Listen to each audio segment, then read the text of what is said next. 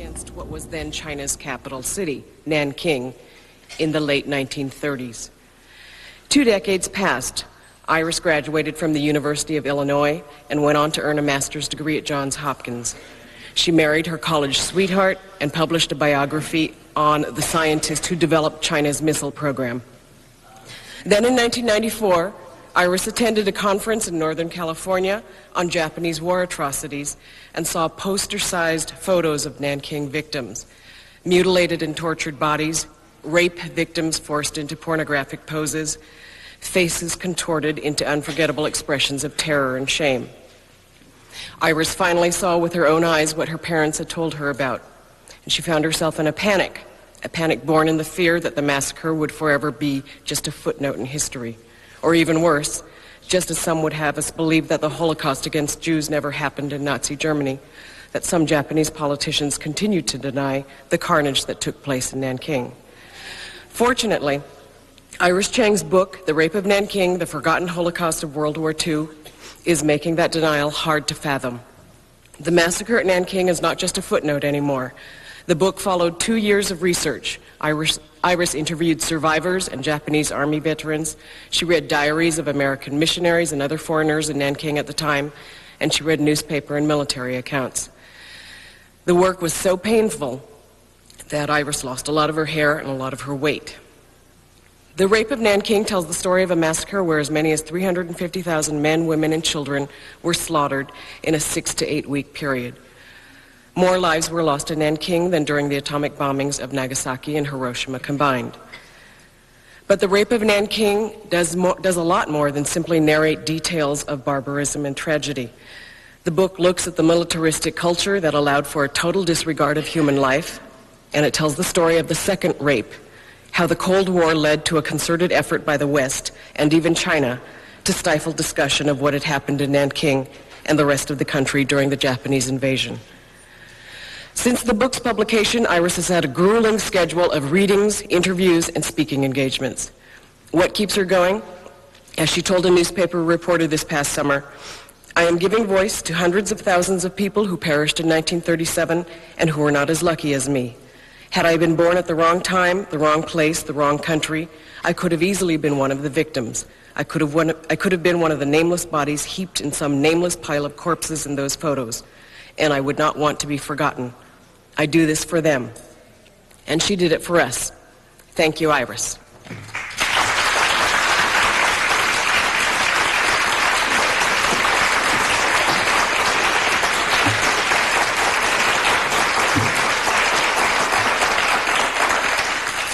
Greetings. It's a great honor to be here, and I want to thank all of you for coming here to learn about a side of World War II history that some of you may be hearing about for the first time. I plan to speak for about half an hour. I'm going to leave 15 minutes for questions and that I'd be glad to answer. When we all think of World War II, I think that we tend not to think of the Asian side of the war at the time. You know, we tend to think of the European Holocaust, D-Day. If we do think of the Asian theater at all, we tend to visualize the mushroom clouds over Hiroshima and Nagasaki. So I think that many Americans are truly not aware of the full story of the Pacific side to World War II. And by this I mean the atrocities committed by the Japanese armies against millions of Chinese people, Southeast Asians, Koreans, Filipinos, and even our own American citizens. Now, during World War II, Japan's invasion of China launched an 8-year war which ultimately killed an estimated 19 million to 35 million Chinese people. And during this time, the Japanese military also lured, purchased, or kidnapped hundreds of thousands of women for sexual slavery for their imperial army, women who were subjected to some of the most horrifying experiences inflicted upon military prostitutes in history. What I plan to do this morning is use the Rape of Nanking, the subject of my new book, as just one example to illustrate what the Japanese did in many of the regions that they conquered. I'll also show some of the glaring scars that were left behind, which persist to this very day. About 61 years ago, in December of 1937, the Japanese Imperial Army invaded the city of Nanking, which was then the seat of the nationalist government in China, as well as the capital of mainland China.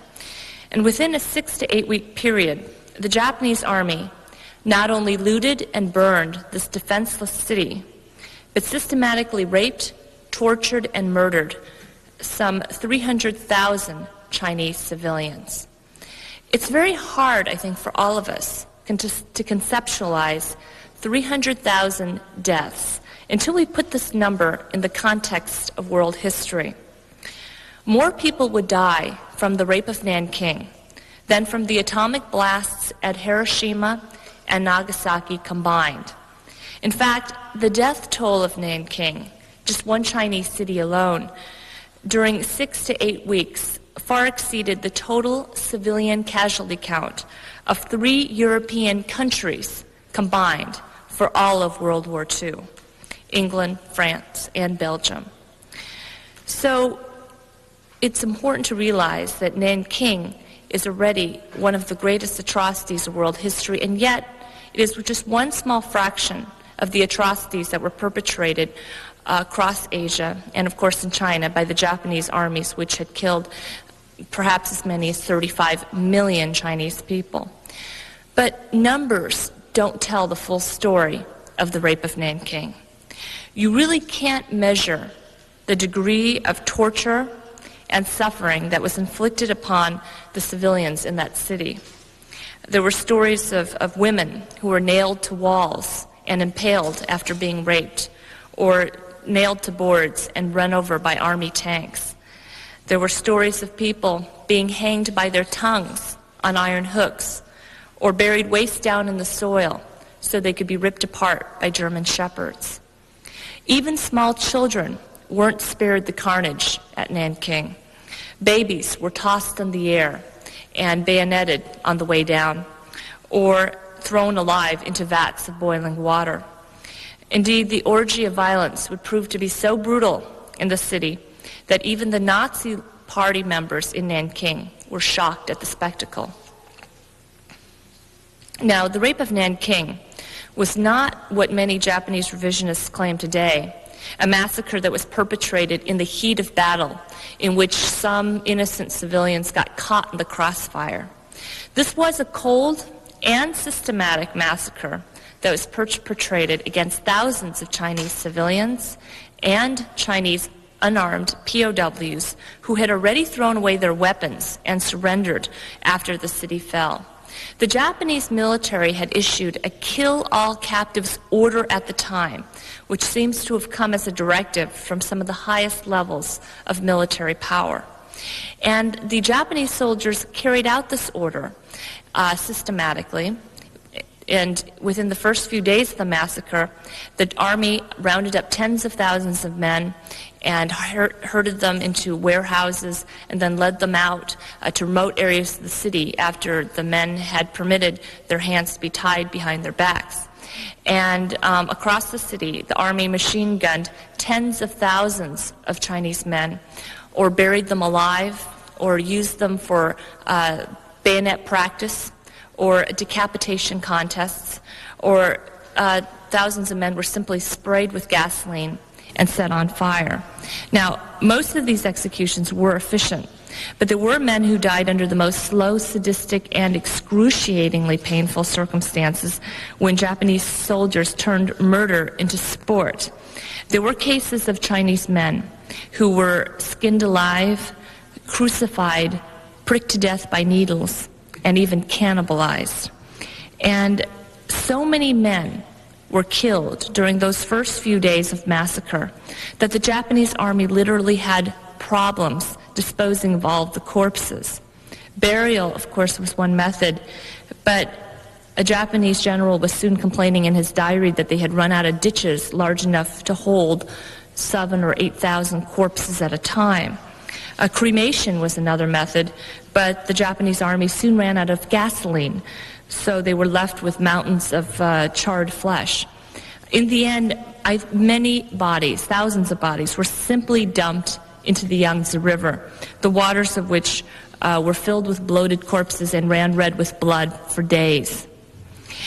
After killing most of the men in the city in this fashion, the Japanese army then turned their attention on the Chinese women, making the rape of Nanking the single greatest mass rape of world history up to that moment. It is now the second worst mass rape of world history, second only to the wholesale violation of Bengali women by Pakistani soldiers in the 1970s after a failed rebellion. In the city of Nanking, no woman was safe. Japanese soldiers raped great-grandmothers over the ages of 80, along with children under the ages of 8. Often victims were raped in broad daylight in front of hundreds of pedestrians, often in the middle of streets. And the army did more than just rape women and girls, but often mutilated them horribly with tree branches, bayonets, swords, golf sticks, and even lit firecrackers. There were even stories of soldiers who sliced open small children to ravish them more effectively, and even stories of pregnant women who were gang raped before the fetuses were torn out of their bellies as trophies. And these aren't even some of the worst stories. Chinese sons were sometimes even forced to rape their own mothers, or fathers their own daughters, or brothers their own sisters, as other family members watched. Those who refused were usually killed on the spot. In the end, the Japanese raped more than 20,000 women and girls in Nanking, and some estimate that the figure is probably as high as 80,000 women and girls.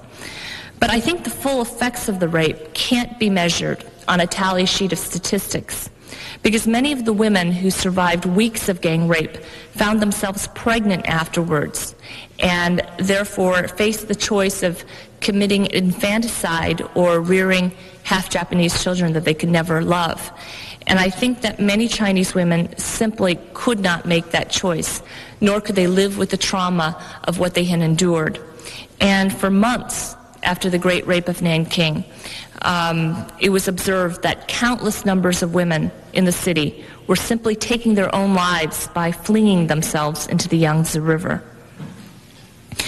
But the Rape of Nanking did more than destroy the lives of individual women in the city. It also appears to have resulted in an underground system of military prostitution which destroyed the lives of hundreds of thousands of women across Asia. The Rape of Nanking had created a huge public outcry among Western nations at the time. And this was front-page news in the New York Times and in many other Western papers. And it's believed that it caused such bad press for the Japanese government that the government tried to control the libido of the Japanese soldiers by creating their own prostitution ring, which we now know as the Comfort Women's System, or the Korean Comfort Women's System. An estimated 200,000 women, most of them Korean women, but many also from other Asian countries, some of whom were also Caucasian, such as Dutch women, were forced to serve in what the Japanese government called facilities of sexual comfort to stop troops from raping women in regions that they controlled in China. The Japanese established their first comfort station between Nanking and Shanghai shortly after the Nanking Massacre in 1938. And many of these comfort women were only, teenagers or even children when they were captured.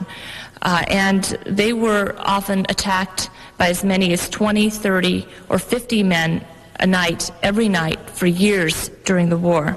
And untold numbers of these women, whom the Japanese army called public toilets, took their own lives when they learned their destiny. And countless others died from outright murder or disease. Indeed, only 1 in 4 comfort women survived the experience. And if many of you are learning about this for the first time, it is because the first comfort women did not step forward to tell their stories until the early 90s. And their stories were so horrific that when one comfort woman went to the Justice Department to disclose what had happened to her, many of the men in the audience, most of them hardened Nazi war criminal hunters, found themselves in tears. I don't think there was a dry eye in the audience. Now, decades later, the Japanese government tried to insist that these brothels were run by private entrepreneurs and not the wartime government. But just a few years ago, a Japanese professor by the name of Dr. Yoshiaki Yoshima at Cho University found undeniable evidence in the Japanese government archives that the entire system was indeed authorized by officials of the Japanese High Command. And this man, this professor, found documents bearing the stamps and seals of some of the most powerful Japanese members in government at the time. So that does make the wartime government responsible. And I can't possibly mention all of the atrocities that were committed by the Japanese armies throughout China, or even just in the city of Nanking, because of time limitations. But I will mention, however, a little about the Joseph Mengele-like medical experimentation that was inflicted upon Nanking civilians after the massacre, and elsewhere in China, such as the notorious Unit 731 laboratory in Manchuria. In the city of Nanking, the Japanese operated a secret medical lab, codenamed EI-1644, in which they fed human guinea pigs with cyanide, snake poison, germs, and lethal gases. Japanese doctors working at the secret lab killed about 10 people weekly in this manner and incinerated the bodies. But in Unit 731, which was not in Nanking but in Manchuria, the Japanese doctors killed even more people, performing horrendous experiments and even vivisection without anesthesia on both American and Chinese prisoners. And again, if some of you are hearing about this for the first time, it is because a lot of this was covered up, actually, by our own government. After the war, the U.S. government actually exonerated the Japanese doctors responsible for committing these atrocities in exchange for their medical data, which was often attained at the expense of American POWs. And these Japanese doctors went back to Japan, where they then assumed powerful positions in government, academia, and business. Some even became founders and executives at the Green Cross blood processing plant, which is now defunct, a corporation which was caught a few years ago selling HIV-tainted blood to Japanese hemophiliac patients. So the victims of this medical experimentation involved not only American and Chinese victims, but Japanese victims as well, who were simply not informed of the backgrounds of some of the leading members of the Japanese medical establishment. In sum, when you look back on all of these atrocities, you would think that with such a record, that the Japanese government would have shown proper remorse a long time ago for the genocide that was perpetrated across Asia. But that's not the situation at all. To this very day, the Japanese government takes very little responsibility for these atrocities, even though the wartime government had given the orders to commit them. And there have even been politicians in Japan who have gone on the record in the last few years to deny that any of these atrocities happened at all. This is why I believe that the story of the rape of Nanking and the story of other atrocities is really the story of two rapes. The first rape happened 60 years ago. But the second rape is ongoing, and it is the rape of history and the rape of justice. Over the last 60 years, Japan has almost completely escaped the moral and financial responsibility that their counterparts in Germany had to face over and over again. Let's just give out a few examples. In the realm of apologies, we all know that Germany has made several profuse apologies to their wartime victims. But the Japanese government has yet to deliver one sincere apology directly to the survivors of the Nanking massacre or to their families. And some of the apologies that they claim to have made to the wartime victims in general have often avoided the use of the words apologies in general, preferring words like remorse or regret, and is not really deemed as sincere by many of the victims of the Japanese across Asia. Now, as many of you who have been following the news may know, a few weeks ago, Japan has made a written apology to the South Korean government. And a similar apology was promised to the Chinese government, and we'll see what will happen in just about a week when Jiang Zemin visits Tokyo, because that's when the apology is supposedly going to be delivered. Now, in the realm of war restitution, the differences between how the two countries have dealt with their wartime past loom large. The Germans have paid the equivalent of about 60 billion US dollars in war reparations to their victims, and will continue to pay several more billion by the year 2005. But the Japanese government has paid close to nothing, and certainly not 1 penny in reparations to the victims of Nanking. What's even more disturbing, I think, is how the subject of World War II is taught in schools in both countries. The Germans have required by law the teaching of the history of the Jewish Holocaust in their schools.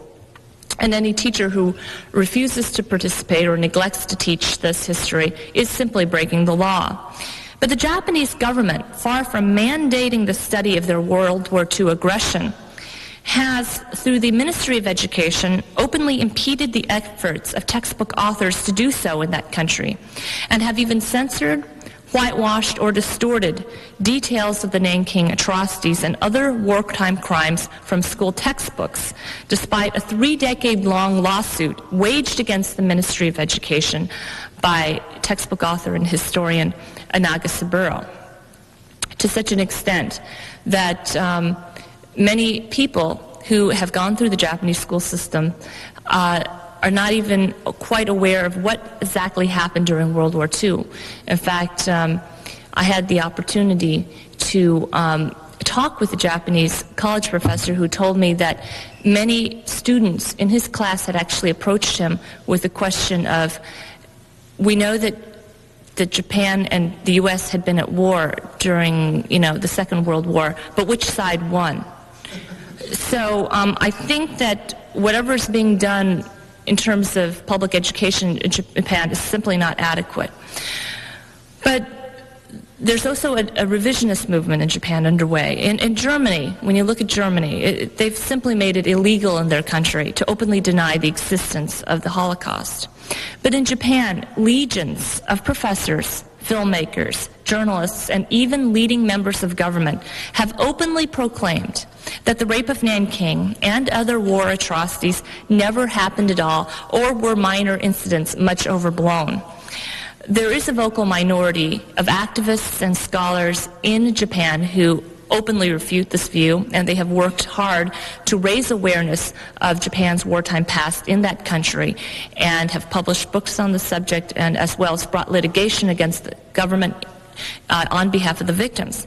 But some of these individuals have faced ostracism, death threats, and even assassination attempts from members of the ultranationalist fanatics and factions in Japan. For example, just a few years ago, the mayor of Nagasaki was shot in the chest merely for stating his belief publicly that Emperor Hirohito bore some responsibility for World War II. And while Nazi war criminals are vilified in Germany and seen as the source of great national shame, Japanese Class A war criminals are worshipped as deities in the Yasukuni Shrine in Tokyo, a practice which is not only morally reprehensible, but indeed the source of tremendous anguish to wartime victims across Asia. And I think it's something that would never be tolerated if its parallel were practiced in Europe. The worship of these men in the Yasukuni Shrine is the moral and political equivalent of moving statues of Hitler's cronies and leading wartime criminals into the biggest cathedral of Berlin and honoring these men as gods. At this point, the question inevitably arises, which is, how did all of this happen? I mean, why do differences in post-war behavior loom so large between Germany and Japan? And the answer, I believe, really lies in the Cold War. After 1949, neither Chinese government, neither the People's Republic of China, nor the Republic of China, based in Taiwan, wanted to push Japan for apologies or reparations or to broadcast news of these atrocities worldwide, because both governments were competing for Japan's diplomatic and political recognition. The United States government also failed to pursue the issue because it saw Japan as potentially a stable base that they could build up to counter the forces of communism in the Soviet Union and in Asia. So Cold War concerns in the United States, the People's Republic of China, and the Republic of China and Taiwan really overrode the need to press for justice for the victims. And as a result, many of the worst wartime criminals in Japan escaped prosecution and punishment entirely, unlike the Nazi leaders of Germany, who were mostly imprisoned, executed, or at the very least forced to live out the rest of their days as fugitives from the law. The entire Japanese royal family, including Emperor Hirohito, was exonerated under the terms of the surrender and was held exempt from having to face prosecution or even to testify as witnesses during the International Military Tribunal of the Far East, often known as the Asian equivalent of the Nuremberg trials. Moreover, the entire Japanese wartime bureaucracy remained intact, so that those who had plunged the country into war in the first place were permitted, thanks to American leniency, to stay in power after the war. Therefore, many of those officials were left in a position to control what was taught about World War II in Japanese schools, or what would filter through the media to the Japanese people. And even today, the bitter legacy of Japan's World War II past and persistent refusals in that country to admit wrongdoing still haunts the island nation and her neighbors, especially during a time of financial crisis when the need for reconciliation is more important than ever.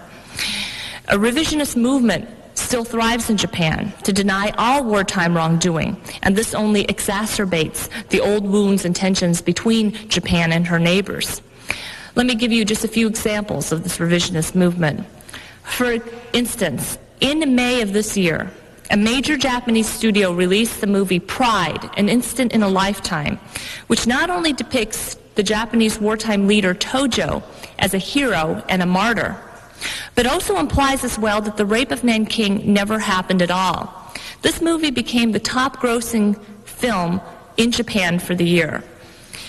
But when another movie called Nanking 1937, which was produced outside of Japan but shown within Japanese theaters this summer, right-wing ultranationalist extremists not only issued death threats to at least one theater owner's family, but slashed up his screens with a knife. Indeed, the police had to be called to protect many of the theater goers as right-wingers demonstrated outside.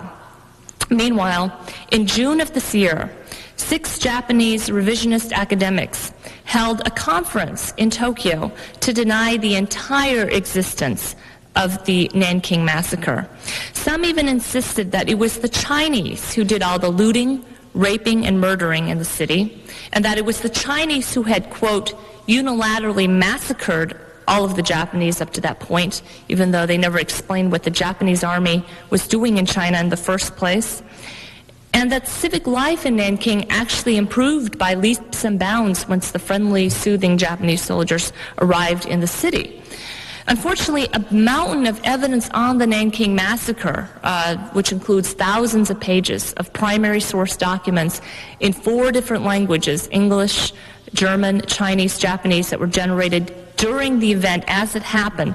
All of this evidence has not deterred extremists in Japan from dismissing it all as propaganda or as forgeries. And so in this way, the spin strategies of these revisionists are really no different from that of Holocaust deniers or Armenian genocide deniers in Turkey, the latter of which, as in Japan, include powerful members of Turkish society. What is very disturbing in Japan is that some of the revisionists occupy very powerful powerful positions in government or academia. They have not been relegated to the fringes of society. One of them, in fact, happens to be a professor of education at Tokyo University, which is considered the most prestigious university in the country.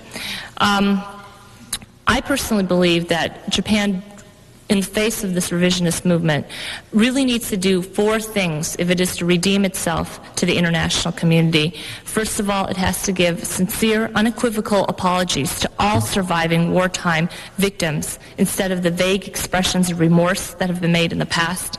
Secondly, it should pay in full the reparations owed to wartime victims. Thirdly, and probably most importantly, it should stop censoring or whitewashing its war crimes in school textbooks. I don't think Japan can move forward as a nation until it educates its young about the truth, the whole truth, and nothing but the truth about its wartime aggression, starting with Nanking. Any country that refuses to disclose basic historical facts to its people, a country that rewrites history for its people, is a country that jeopardizes its very future as a democracy, as well as dooming itself to potentially repeating the mistakes of the past.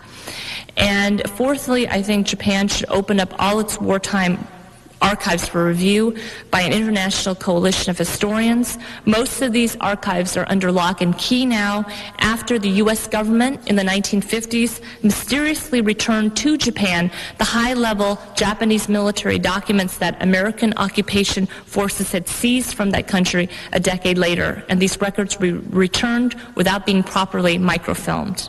I think we have to be vigilant as people to ensure that accurate records of all war crimes be preserved for a global audience. I think Steven Spielberg, for example, has done a wonderful thing by creating the Shoah Foundation to film the surviving testimonials of Holocaust victims. And I think that historians should follow his lead and gather eyewitness accounts of Japanese brutality through an international oral history videotape project, which would create an even richer archive of primary source material for future books. This would protect the victims from being written out of history by future revisionists. And there's a very small window of opportunity to do this because the victims are dying. Most of the ones who had survived the massacre are already in their 80s. It must be stressed that we need such a repository of history to constantly remind ourselves of the human potential for evil. Japan is not uniquely capable of these kinds of atrocities, nor are they the first country to evade punishment for their crimes. So we fool ourselves when we declare that atrocity and genocide is some kind of unique aberration in the history of mankind. This is not an isolated incident or some deadly flaw of one country or culture, but a universal condition of human nature. When we look back on the 20th century, we should realize that this has been the bloodiest century of all time. And in this century alone, we've seen not only attempts to exterminate entire races through the Holocaust and the Armenian genocide, but wholesale massacres of millions of people by dictators like Stalin, Mao, and Pol Pot. And I think as we approach the next millennium, we would like to believe that it couldn't happen again, but statistic after statistic cry out to us that they could. And we're still seeing brutality in the world reminiscent of that of the rape of Nanking in countries like Bosnia, Rwanda, and most recently Indonesia, where rape is being used as a weapon to intimidate the local Chinese people as well as to threaten human rights volunteers from testifying about these crimes to the UN. I really think that the best antidotes to genocide are the forces of truth and conscience and democracy. I think by honestly viewing the rape of Nanking as a cautionary tale in history, I think that the Chinese, the Americans, the Japanese and other Asian countries can honestly start to work together towards this very difficult task of remembrance, so they can work towards a goal that can promote not hatred, but healing, and towards the kind of dialogue that would help them avoid recreating these conditions that gave rise to war in the first place. I think as members of the human race, these horrors can't be denied or forgotten, not at the peril of human civilization itself. I think we all have a moral responsibility to remember such crimes against humanity and to force countries like Japan to face up to these crimes and to try to prevent atrocities like the rape of Nanking from ever happening again. Thank you so much for your time today.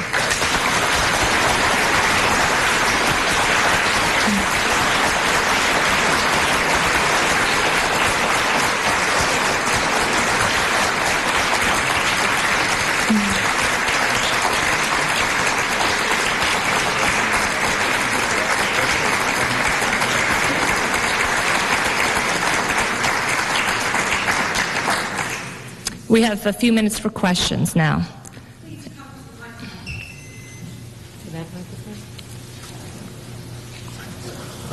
Please come to the microphone for your question.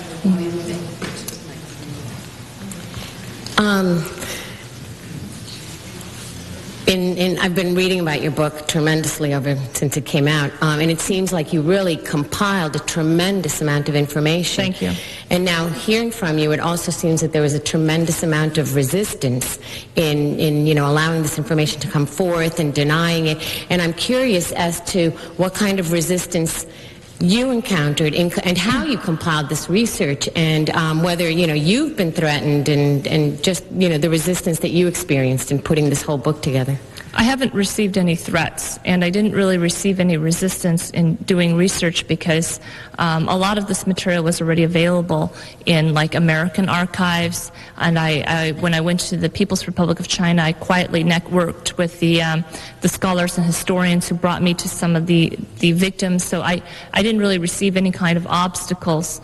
I did not go to Japan, but I did correspond with Japanese scholars and also with a veteran who had actually perpetrated many of these atrocities and felt it was important to unburden himself. And through that person, I had a chance to really understand, I think, to a little better degree, the psyche of some of the soldiers at that time. Of course, there has been a tremendous reaction to this book after it came out. I've been lampooned in Japanese political cartoons, and I've been vilified in editorials. Those 6 revisionist academics who held that press conference to claim that the rape of Nanking ever happened, they also called my book the most outrageous world-class lie. In the spring of this year, the Japanese ambassador to the United States even came out and denounced the book as one-sided, erroneous, and filled with historical inaccuracies.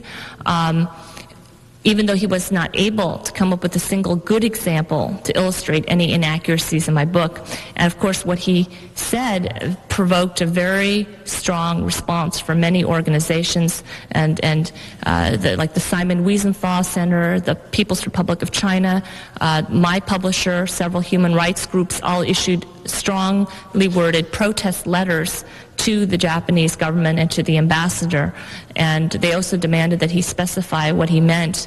And at the time, I think he even issued a statement to the effect that it's not the Japanese government's job to specify what in Iris Chang's book is inaccurate. That's the job best left up to historians.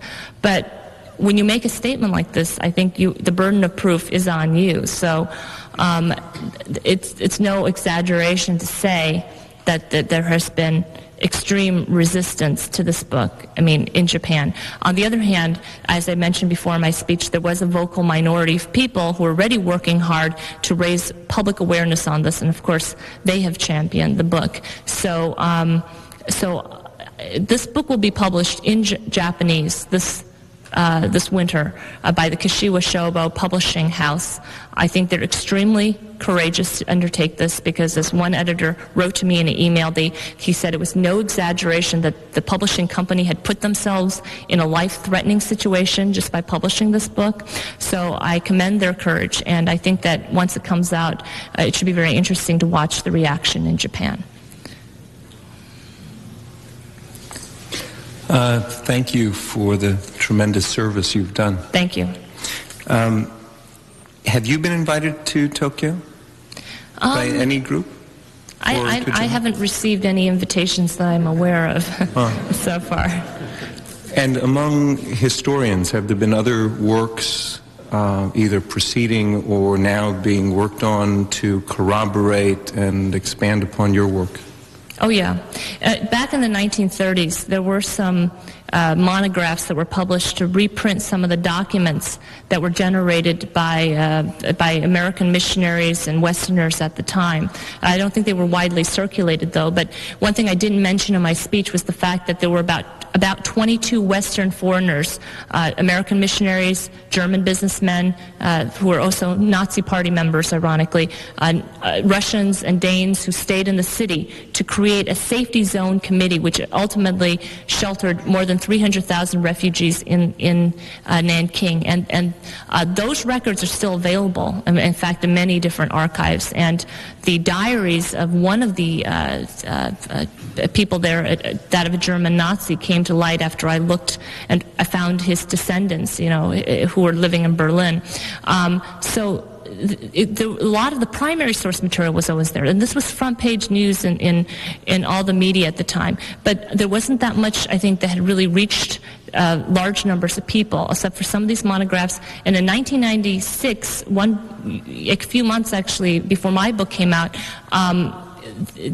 Shi Yong and James Ian wrote a pictorial history of the rape of Nanking, which comprises mainly of photographs from the massacre. It's a very gruesome book, but it must be read, and it's very well documented. So, and there have been 2 novels, too, that have been produced of the rape in Nanking.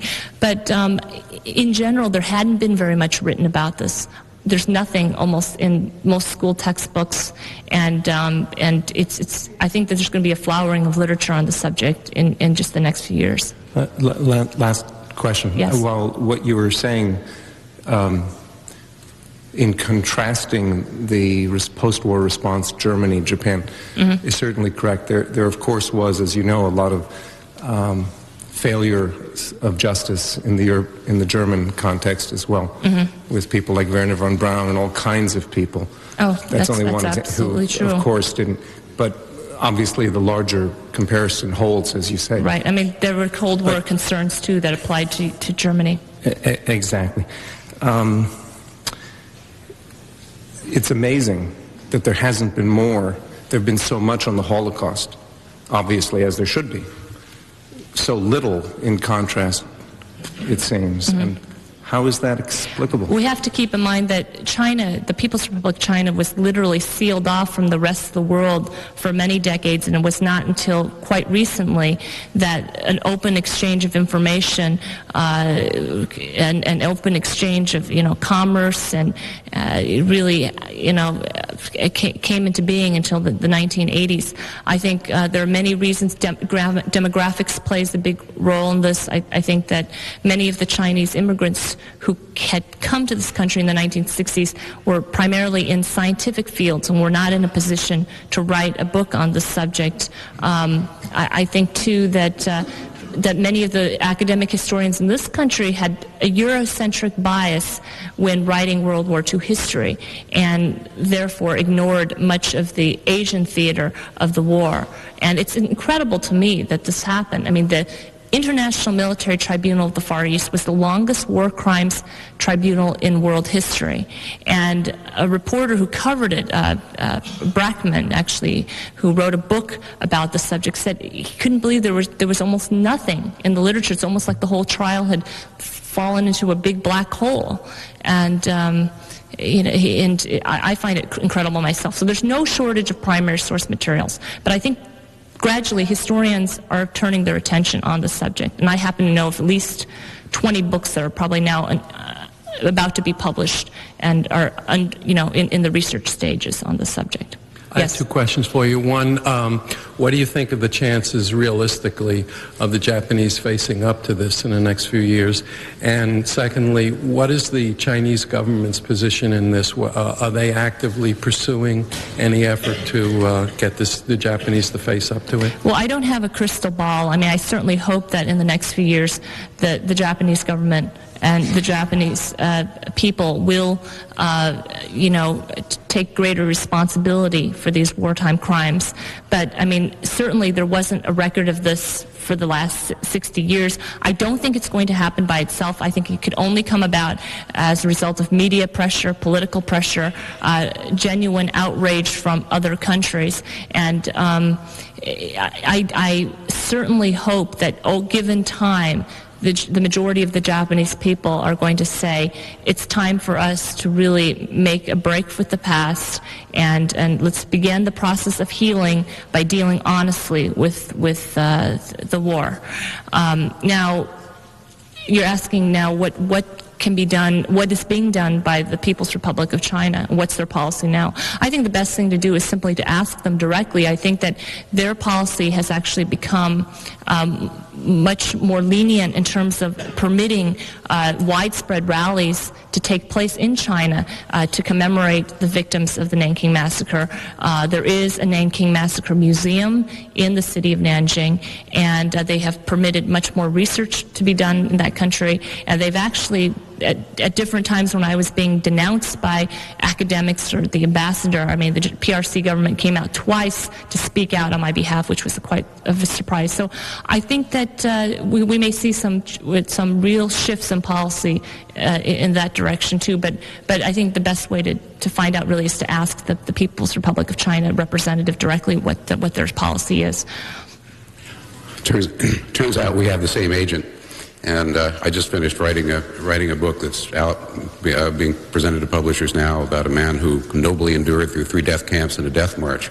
I have some idea of the personal cost, throwing up, sleeplessness. There's a tremendous amount of personal erosion that goes on in writing a book like this. Absolutely. I'd like to know. I know you had to keep going, and obviously you overcame whatever obstacles you had. I'd like to know literally what techniques you used to keep yourself from going nuts and to keep moving and to get the job done. It was very difficult. I had to try to train myself to compartmentalize the atrocities in one section of my brain so it wouldn't spill over and poison the other aspects of my life. But sometimes I found that simply impossible. I sometimes went days without eating anything at all because I simply lost my appetite. I was sick, physically sick, almost constantly, and I lost a great deal of weight and hair in the process of writing this book. Even my editor, who is now my agent, Susan Rabiner, lost 10 pounds just from the process of editing this book.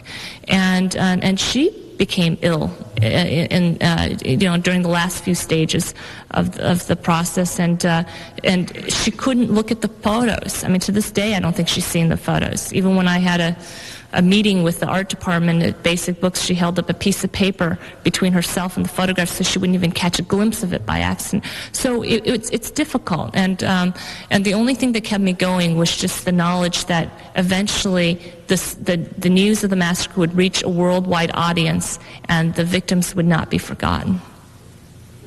Thank you. Who issued the order, the direct order to kill all captives? Is there a name that we can sort of keep in our minds, or is there a group of people? Well, it's very difficult often to assign responsibility to the highest levels of power, but it appears that the order was issued under the command of Prince Asaka, who was the uncle of Emperor Hirohito at the time. And Prince Asaka actually later became Emperor Hirohito's golfing buddy, and was never prosecuted or even called in to testify during the International Military Tribunal of the Far East because he was part of the royal family and therefore was exonerated from all prosecution. And he lived, I think, in luxury and pretty much was never pretty much punished for what happened.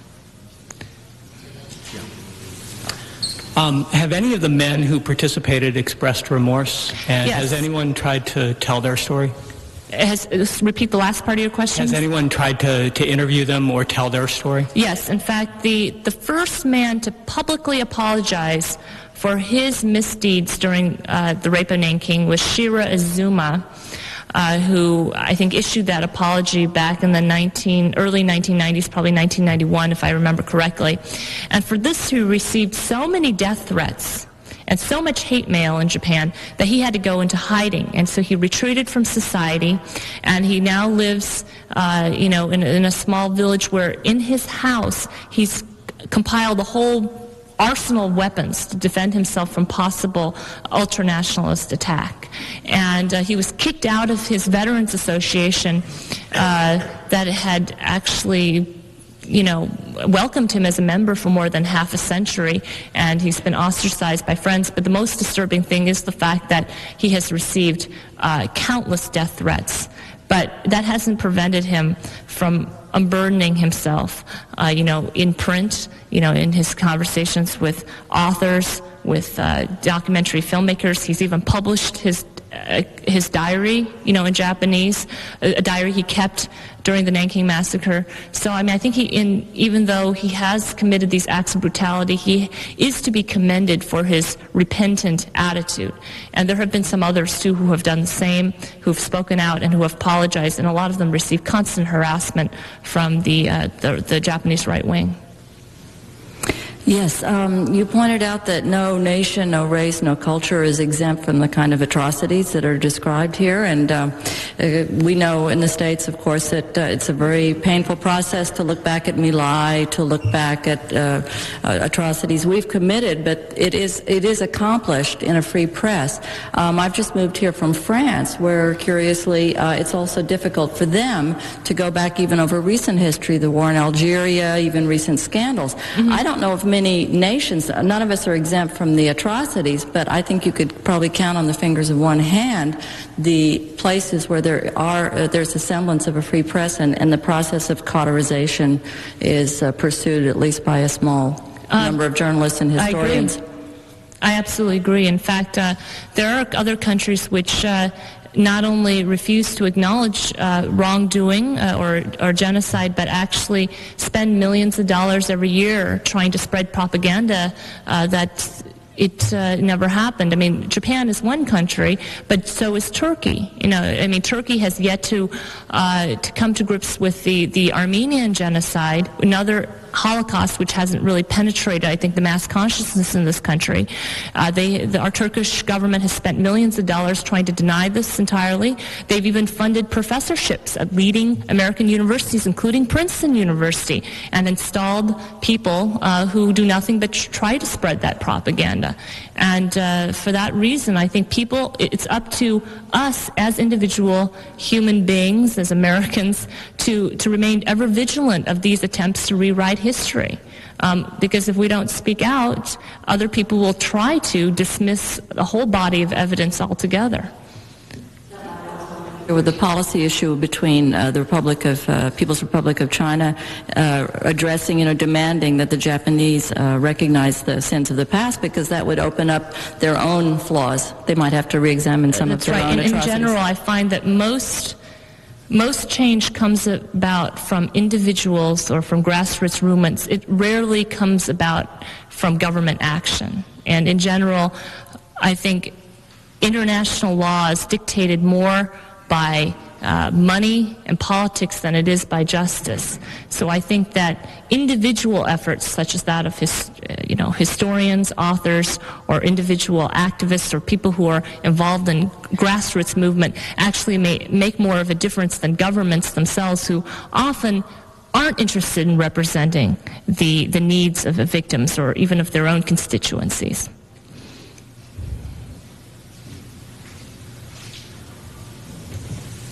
Any other questions? One more? Okay, we'll squeeze one more in. I'm asking a question on the subject of the graphics. I was very lucky in New York to study with Peter Watkins, who made the film The War Game in England, and it was so graphic that he was banned. So I'm wondering if there ever is a film made, would you control some of the graphics somehow, or... Oh, if there's a Hollywood studio No, release? not Hollywood. I would hope it'd be a more serious documentary made of it. But if the graphics are very strong... I know. You know what I mean? Like Hiroshima, Minamore. That's a very good point. I think that was the big thing that I wrestled with, too, was how should I spare the readers the details, But I didn't feel it was right for me to censor the information. In so many cases, brutal images did appear in my book, but some of the most graphic pictures did not. I mean, pictures of women who had been disemboweled after rape, I just left out. And you're right, there's always that question, how much can people take, can the human mind take? And especially when we're dealing with small children and school libraries.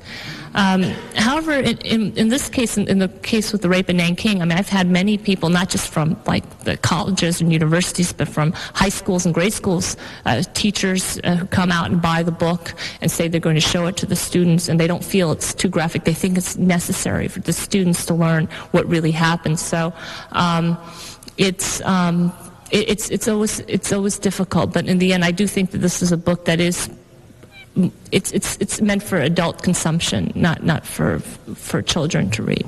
And you just do the best and hope you've made the right decisions. Thank you very much. Thank you. Thank you. Thank you. Thank you very much. Thank you. Thank you. Ladies and gentlemen, Ms. Chang will autograph books and be able to speak with you personally outside in the autograph area.